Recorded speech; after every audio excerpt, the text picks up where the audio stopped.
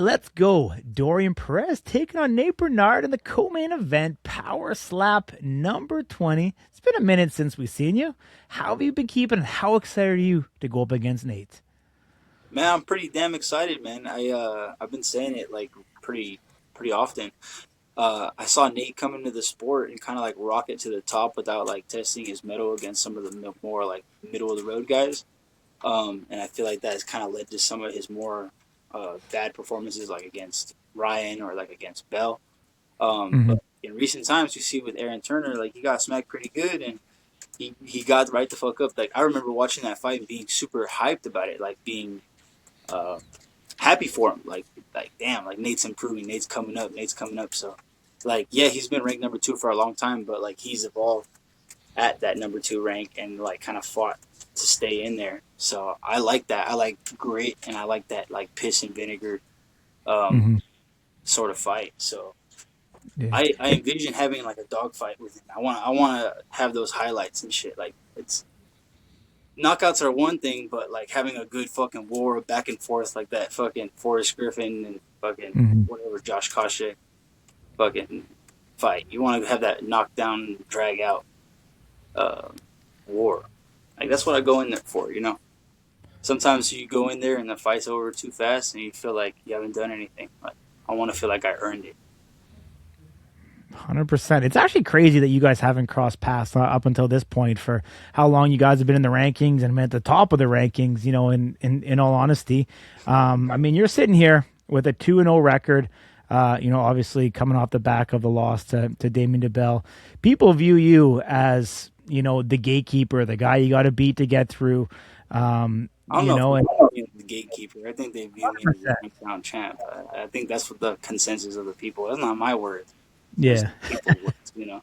Yeah, no, I think you're the gatekeeper, man. I think you've held down that number one spot for a long time because like honestly, man, if you look at the brass of Power Slap and where they've kept you in that rank, Mm. and really, I mean, you've been able to take care, obviously, of Pono and Zakir, who they put in front of you.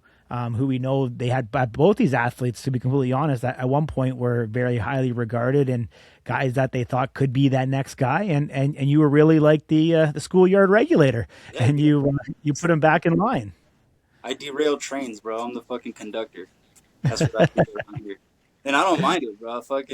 I like having fights. Just fucking keep lining me up. Keep giving me guys. We'll fucking Yeah, see what they got. for sure, for sure. I mean, two veterans in this one. I mean, Nate's got almost more, I guess, more experience outside of everybody except for Damien at this point, who you fought in recent times here in the last 2 years. Yeah. Um, you talk about that dog fight, kind of dragging it out. Like, is that kind of the perfect fight for you? Is to really kind of get in the trenches, to bleed your blood and give it back and really put on a true performance overall.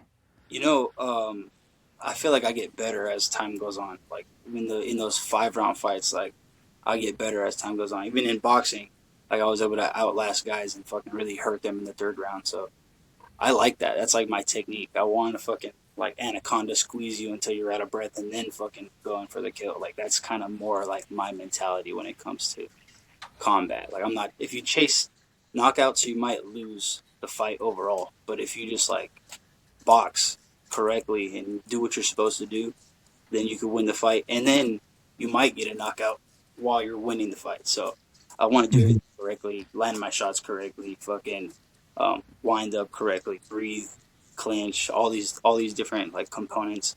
Um, and basically, it just comes down to staying like level headed. I know like I get fucking wild up there. I mean, that's one of my downfalls is how fucking much I love this sport is being able to focus.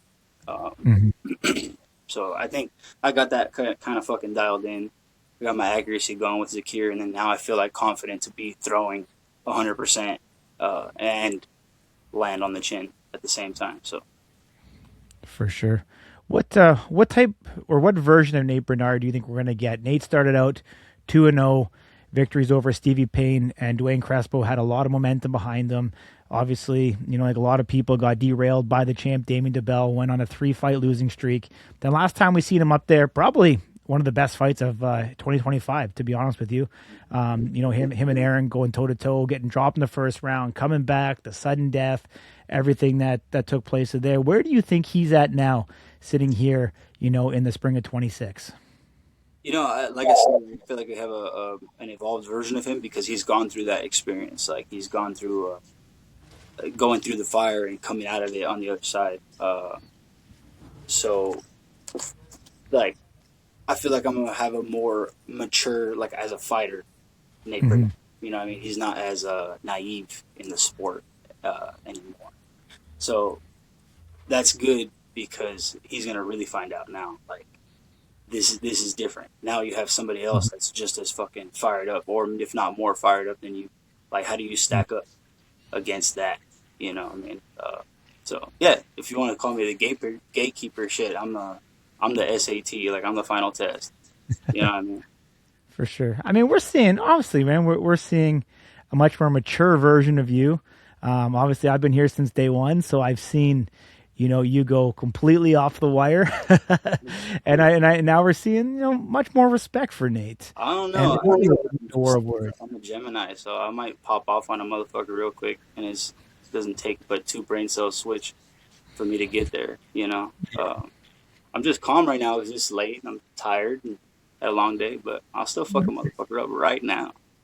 All right, so fight week could be a little bit different. You're saying once you're there in Las Vegas, like I like with Brian Ellis, right? All fight week I was chill.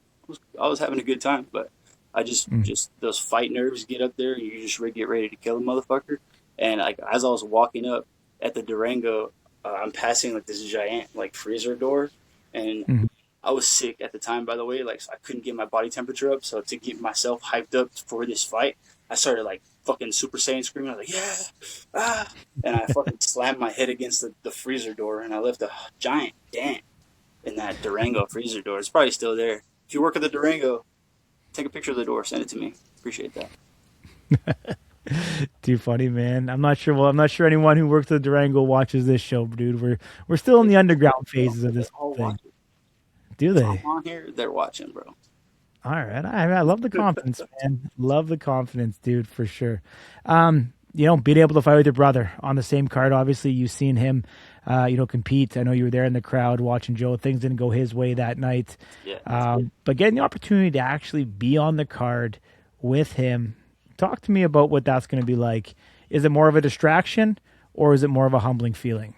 It's really cool to me. Like the sentiment of it is really fucking cool, but like he told me, he's like, man, this is like dream come true, bro. We're on the same card together, and I was like, I wouldn't think about it like that. I was like, for me, it was just another fucking Friday. Like, by the fact that we get to see each other, awesome. I love that, but like, I don't know. Like, when you connect family to things, sometimes things get fucking like fucky, right? I'm not thinking about like on the stage. I'm not thinking about like this brother and that brother and that. I'm kind of more focused on killing this motherfucker in front of me, and everything else is just extra. You know what I mean? So it's a net positive, but at the end of the day, like it's just another Friday for me, motherfucker. I'm gonna go in here.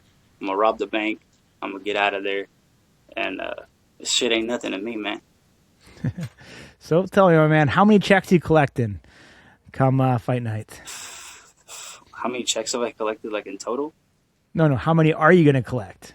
Oh, I need 3, bro. I ain't fucking collect 3 checks because I don't know. Nate's chin is iffy, dog. Like sometimes he's there and sometimes he's not. But I don't think Aaron Turner hits hard anyway. He's just like long, and so it's kind of whippy. But I'm fast and I'm stout, so I feel like I'm gonna jolt the fuck out of him. And probably like by round 2, I might TKO him if I don't knock him out cold. So I need that 3 check, man. I'm calling it right now. I need that bonus. 50 cheese. 50 cheese, Dinah. I need that shit. Give it to me. Yeah.